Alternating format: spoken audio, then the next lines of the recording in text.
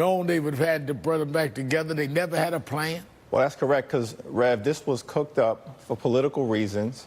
Donald Trump and Stephen Miller and Jeff Sessions and the boys decided that they were going to use young, vulnerable children as hostages to try to extort Democrats in the House and in the Senate to give Donald Trump $25 million for his ridiculous border wall and to erode the legal immigration system. To give Donald Trump $25 billion, right? That's correct. For what?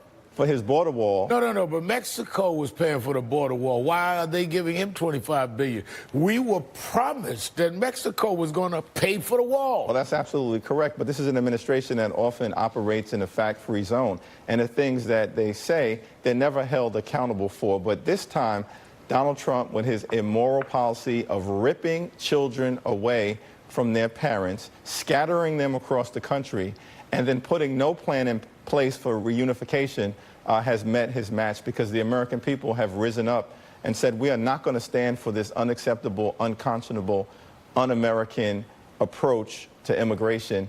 Hopefully we can use this as a building block to, as you've advocated for, Rev, begin the process of reuniting these children with their families and treating their claims for political asylum with the humanity that they deserve. Now, let me bring you to another very troubling point for me.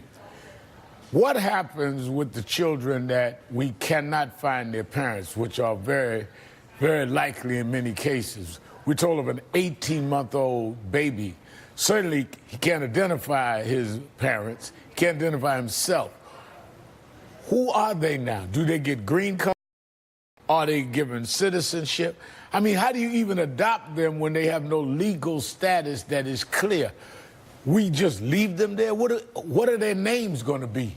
Well, that's correct. We are going to have to find a pathway for them toward legalization and citizenship to the extent that we cannot reunite them with their parents. But every effort has to be made to do so. But this is the consequences of an administration that is often mired in chaos, crisis, and confusion, and chooses to do things on political whims without doing things in a very thoughtful fashion. Congress is going to need to intervene. Jerry Nadler has introduced legislation supported by over 190 Democrats to stop something like this from ever happening again and to make sure that political asylum claims are prioritized. One of the things that's been lost in this debate is that Jeff Sessions claims that individuals who are being detained are lawbreakers who are seeking to illegally sneak into this country. Nothing can be further from the truth. The overwhelming majority of people that I've spoken to or encountered or talked to their attorneys have been fleeing persecution, violence, gang intimidation, extortion, rape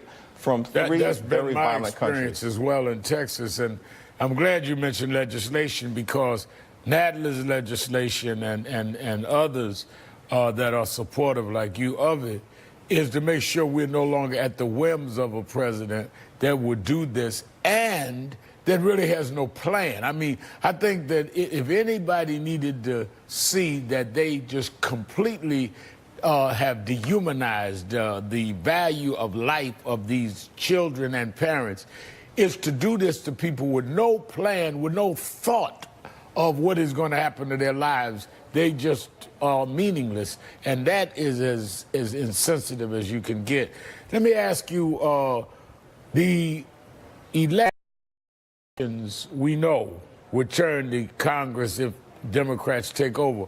But what are the legislative possibilities right now? Because we saw that your colleagues on the other side of the aisle, the Republicans, couldn't even get enough votes for their own immigration bills, Bill 1 or Bill 2. That's correct. Hopefully in the Senate, there's more of a bipartisan pathway in terms of doing something as it relates to family reunification and preventing the type of immorality and inhumanity that we recently witnessed at the Texas, Mexican or California, Mexican, Arizona, Mexican border. In the House, as you pointed out, Rev, my colleagues on the other side of the aisle weren't even able to get their act together in terms of a Republican-led so-called immigration reform effort. Anything done in this space has to be done in a bipartisan fashion. Hopefully, we can get our act together in that regard. Now, I brought up throughout the last several days that there's a race element to me involved. And, of course, the right wing says all sharpness always talking about race. But we do have two borders that we're connected to, Canada and Mexico. And I've noticed that I've not heard one word about if we find people coming across the Canadian border illegally, we're going to grab their children. Because I don't think America, the part of America that Mr. Trump thinks is his base, would tolerate snatching white babies from white mothers. I mean, have you heard any kind of rhetoric in Washington about both borders, or is this just basically concentrated on Mexico? Well, everything has been concentrated on the U.S.-Mexican border, and you have sort of xenophobic individuals, unfortunately, like Steve King from Iowa, who continue to fan the flames of hatred in a wide variety of ways, focused on immigration from people coming from countries like Guatemala, Honduras, and El Salvador, three of the most violent countries in the world. Many of the things that have been created in those countries that folks are fleeing, as General Kelly himself pointed out several years ago, are related directly to the appetite in the United States of America for drug consumption. And gangs like MS-13 were exported from California down into El Salvador to help create the type of crisis that exists. So we, as United States policyholders, have to take a serious look at how we can improve the conditions back down in those countries. Thank you.